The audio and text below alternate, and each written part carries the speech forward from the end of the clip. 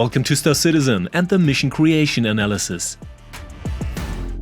In our analysis of future mission creation, modularity plays a prominent role. This will make it possible to create compelling missions that are constantly fresh and unique. Therefore, in this section we will reveal exactly this secret and show you why modularity plays a crucial role. The linking of different modules and submodules. Did you know that the future missions in Star Citizen will be composed of different modules and submodules? These building blocks allow the developers to create different scenarios that are linked together to create unique and varied missions. An example of this is the combination of a salvage module, where you first have to recover valuable cargo from a crashed spaceship, and the combat module, where enemy NPC pirates then try to steal the loot back from you. The linking of these two modules alone leads to a more intense and exciting mission that requires both strategic thinking and piloting skills. Flexibility and adaptability of the missions. Another advantage of modularity is the flexibility and adaptability of the missions. You think you've already seen all the missions in Star Citizen? Far from it. Because through the combination of different modules and submodules, new challenges arise again and again, which make your everyday game life more exciting and varied. Regardless of whether you are a seasoned veteran or a newcomer to Star Citizen universe, thanks to modularity, the game will always be able to offer you new and interesting missions that will put your skills to the test at any time. Therefore, first of all, the importance of modularity for the creation of missions in Star Citizen is an important factor, which offers many possibilities for the design of new and diverse missions. By linking the different modules and submodules, the developers have the opportunity to create a variety of different mission scenarios, which significantly increases the flexibility and adaptability of the missions and allows for new challenges. Star Citizen thus becomes much more exciting and varied. But let's take a look at a concrete example. The well-known and so far often not very exciting delivery module. You will be surprised how profound and adaptable this type of mission can be. In Star Citizen, delivery missions are an important part of the gameplay.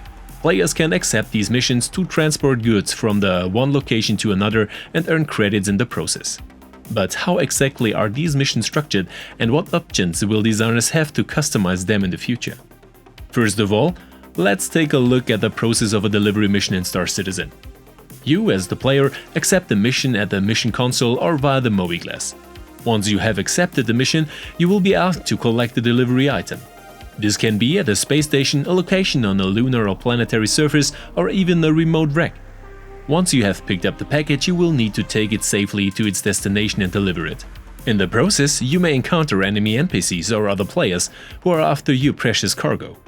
The real strength of the future delivery module, however, lies in its customizability for designers. As we discussed in Section 1, different modules and submodules can be linked together to create diverse and unique missions. For example, in the delivery module, designers can change the starting and ending points of the mission, the type of goods that needed to be transported, or even the number of stops a player needs to make before the delivery is completed. We already know this, but it still doesn't make the missions really exciting, as they remain too interchangeable. In addition, the designers will be able to adjust the difficulty and risks of the mission in the future, for example by adding enemy NPCs or obstacles such as asteroid fields, bad weather conditions or other unforeseen complications. This always creates new challenges and variety for the players. New gameplay elements and mission types. But completely new mission modules will also be implemented, such as the fascinating Salvaging module, which has already been made much more varied and dynamic. Therefore, let's first take a look at the basic procedures of such a salvaging mission. You will learn how to find, accept and successfully complete such missions. We will also show you how these missions differ from other mission types and what special challenges they hold for you. An essential aspect of the salvage missions is their interaction with other players and NPCs. Depending on the mission type, you can either go off on your own or work together with other players, whether legally or illegally. However, valuable wrecks are of course of interest to a large number of players, which will inevitably lead to conflicts.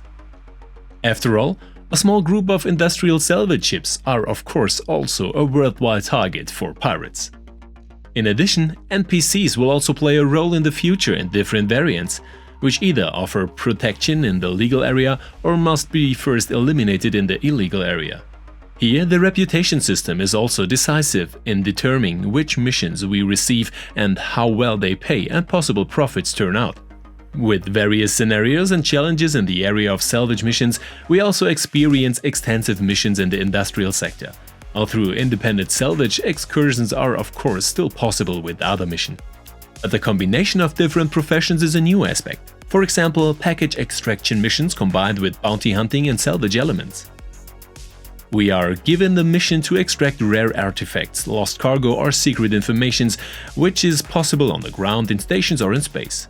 As part of our mission, new elements are then possible, which keep us busy or change the focus.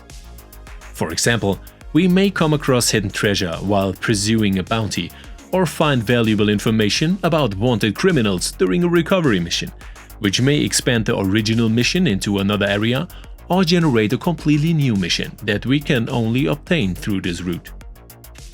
Connecting different locations through these missions is also obvious, as we can meet other players who may pursue similar or even completely opposite goals. But also in the area of resource mining, we will find mining and resource gathering missions in the future, which will be integrated into the mission and reputation system. Because here too we will have the option, in addition to the independent search of valuable resources, to set off via missions into special areas or to different resource types, with the advantage that we can also gain reputation in this way. The modular structure also allows the developers to seamlessly integrate different resource mining missions into other mission types. This creates varied and dynamic missions where you can demonstrate your skills as a miner, trader and pilot, and above all encourage interaction with others in every direction. We are given a mission as miner for a lucrative resource deposit, which, however, is guarded or even mined by many criminal NPCs. So we need help to get to these resources. Together with a bounty hunter, we can then, on the other hand, eliminate the criminals and make money, and on the other hand, mine the valuable resources, which can increase the fun of the game for everybody involved and is a sensible extension of the mission system. And of course, this system works also in the illegal area, and it is also possible to offer a legal mission as well as an illegal mission for the same area, which makes the whole thing much more exciting.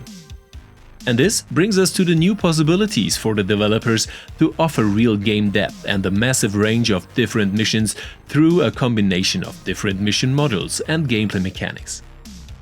The modular structure of the mission system allows the designers to exchange their ideas and modules with each other, to combine them and to work together on the development of new gameplay mechanics. This, of course, leads to a constant further development and improvement of the game, which we as players will hopefully soon be able to experience firsthand in the game. Because we have already experienced live how Star Citizen can play and what enormous potential such a combination has in the context of dynamic events such as Xenothreat, the Ninetales Lockdown, Siege of Orison and so on, which are nothing other than the combination of different mechanics and mission types with a strong multiplayer component. Put on a smaller scale for the normal mission system, this would be a significant step towards immersive and diverse mission design. But what modules can we expect as early as 2023? Confirmed so far are crafting, mining, salvaging and combined modules, but there is more. The planned modules of the various industrial areas such as mining, trading, packaging missions, salvaging or crafting in the future will further expand the possibilities for players in Star Citizen and provide more variety, now that the reputation system would also enable ongoing advancement and specialization in various areas. With crafting, we will be able to first find valuable resources, mine them, refine them, process them in various areas and then use them to produce new items, weapons and equipment. However, it is not yet known when we will see the first expansion stage.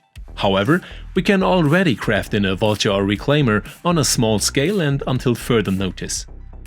But many other modules are also already in the works or are planned. Because with exploration, data running, medical gameplay, hacking and many other areas, we still have a lot of modules for missions ahead of us. That was the latest information on the upcoming modules in Star Citizen that will further enrich the gameplay experience and the game world. Keep an eye on our channel to stay updated and never miss any news.